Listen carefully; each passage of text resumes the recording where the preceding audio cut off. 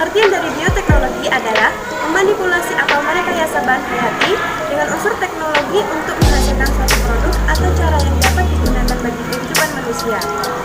Bioteknologi memiliki dua jenis. Yang pertama, bioteknologi konvensional, yang kedua, bioteknologi modern. Bioteknologi konvensional adalah bioteknologi yang memanfaatkan mikroba, proses biokimia, dan proses genetik. Contohnya, pembuatan tempe, kecap, oncom, dan tape. Cara pembuatan tape ketan. Yang pertama, menggunakan beras ketan murni, tidak ada campuran beras putih, lalu rendam beras ketan. Yang kedua, beras ketan yang telah direndam dikukus sampai setengah matang, lalu diberi pewarna. Waktu pengukusan sekitar 10-20 menit. Yang ketiga, setelah pengukusan, beras ketan untuk tape harus didiamkan terlebih dahulu sampai dingin.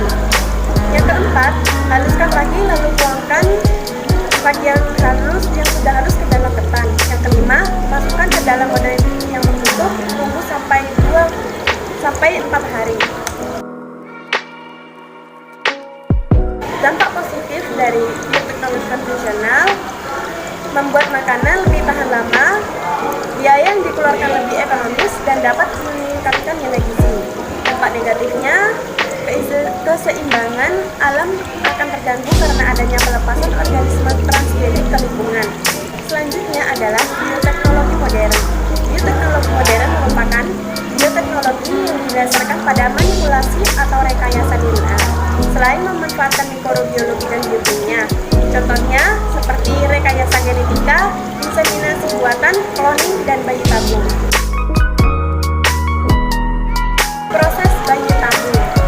Yang pertama, industri evolusi adalah pemberian obat-obatan untuk merangsang evolusi pada perempuan. Hal ini dilakukan sebagai terapi hormonal yang menstimulasi perkembangan dan pelepasan sel telur. Yang kedua, sekitar 34-36 jam setelah suntikan hormon terakhir dan sebelum evolusi, proses pengambilan sel telur dilakukan. Yang ketiga, sel sperma dari suami akan dirawat di laboratorium, disuntikan dengan sel telur di inkubator. Sperma juga disuntikan ke sel telur untuk membantu pembuahan bila diperlukan. Yang keempat, setiap pembuahan yang berhasil akan menciptakan embrio yang layak, kemudian dipilih untuk ditanam di siklus selanjutnya. Yang kelima, embrio akan ditransfer ke rahim wanita setelah matang. Dampak bioteknologi modern.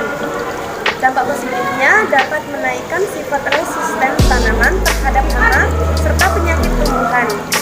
Dampak negatifnya, keseimbangan alam akan terganggu karena adanya pelepasan organisme transgenik ke lingkungan.